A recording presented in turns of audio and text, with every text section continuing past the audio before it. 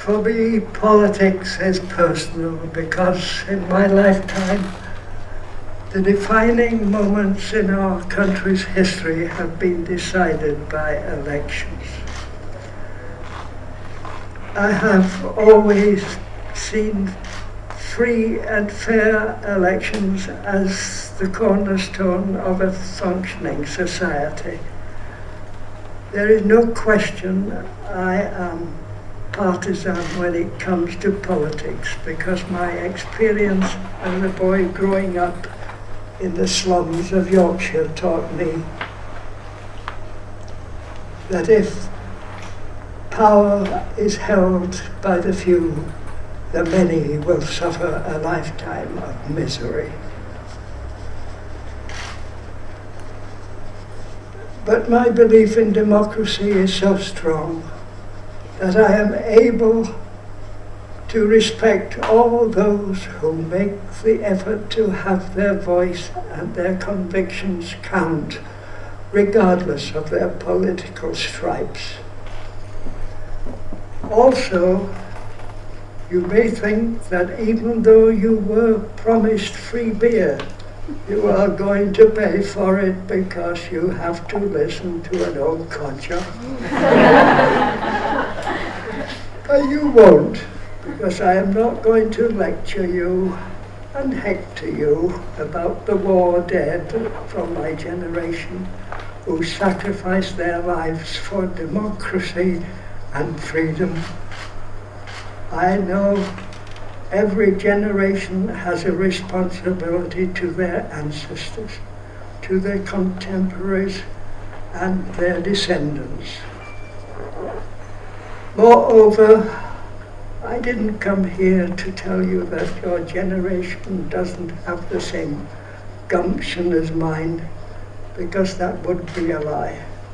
I know you have that same gumption and that same thirst for social justice as my generation, because I see samples of it every day when I watch you go to work or listen to your struggles to get a higher education or get by in this hard scrabble century, 21st century. I only came here to tell you a simple truth. If you don't register to vote, your society will die along with your hopes and dreams for a decent life for yourself and your offspring. I am here to tell you that you won't have more than a bread and drippings life if you don't register to vote. I know this because I am not an historian, but I am an eyewitness to history.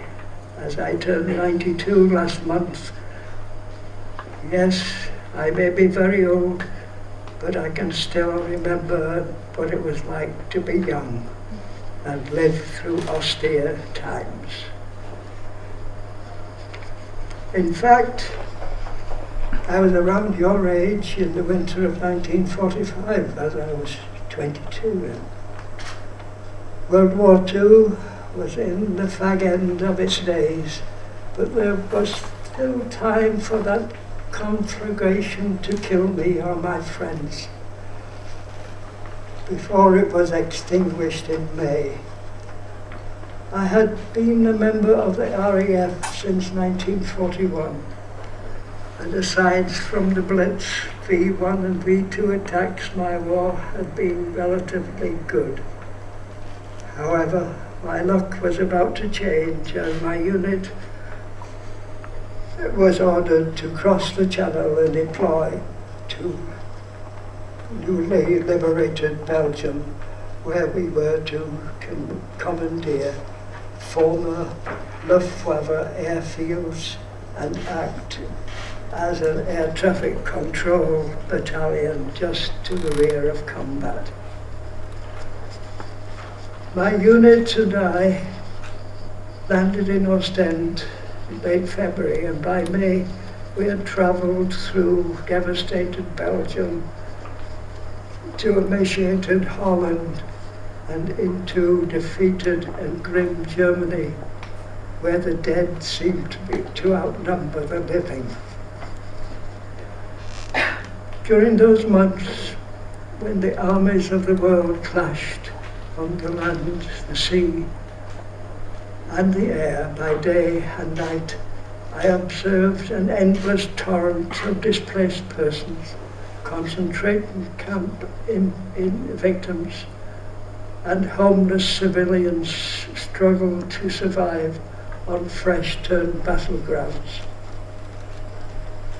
1945 was truly a remarkable, frightening, and glorious moment to be alive, young and on the winning side of history.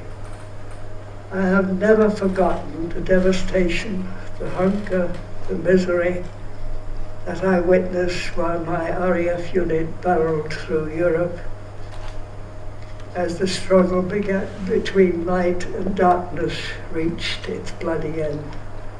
However, despite the sadness that blossomed all around me, hope for a better tomorrow also germinated on those killing fields. You see, May 1945, the Second World War ended and a general election was called. At that time, I was both callow and cynical because I had been raised in the rough and ready streets of Barnsley, Bradford and Halifax, and had seen the cruelty of war. My generation was much like yours today because we were cynical about politicians and distrusted elections, as they only seemed to maintain our misery and ensured that we were denied health care, affordable housing, a proper education, and a chance to make decent lives for ourselves. As for me, I was jaded by my society because I had suffered horribly during the Great Depression. My elder sister died of TB in a workhouse, and my childhood was encompassed by the trinity of poverty, hunger, homelessness, and despair. My family lived for 10 years on the doorstep of starvation. As a boy, I foraged through rubbish bins to see if there was anything there for my tea, like an animal. I was forced, like millions of other bairns, to become a child labourer at the age of 7.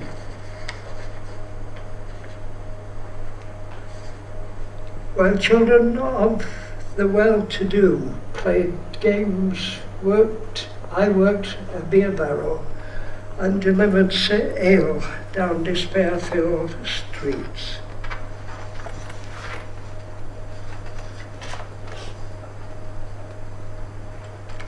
To austerity-ravaged adults who longed for a short respite from their diminished lives, which were being suffocated by the Great Depression.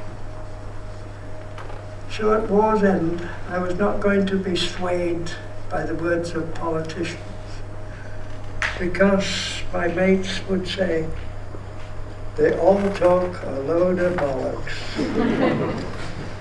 But my generation did realize a simple fact of life, that if you sit on the sidelines of your life,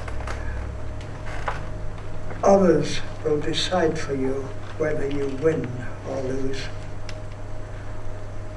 So many from my generation resolved to vote in that 1945 general election because we wanted to create a more equal Britain, a more liberal world and a decent future for our children, where merit mattered and the class system was history.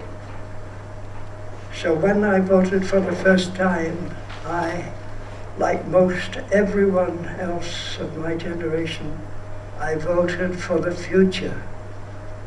I voted for justice. I voted for democracy. I voted for the right of everyone to a decent standard of living and the creation of the NHS. I am telling you it is the first step in creating a better world for yourself and your children. In fact, this election may go down as the most important election of your generation, like 1945 was for mine.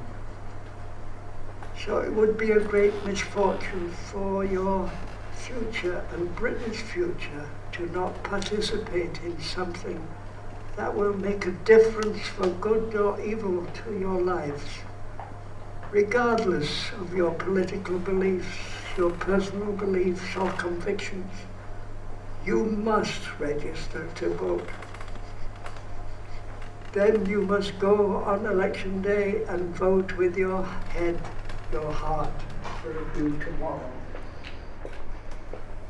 Some have called my generation the greatest, but I think your generation will be the greatest because you will finish the job my generation started. I wish all of you a long and happy life. Seize your destiny by voting and being engaged with your society.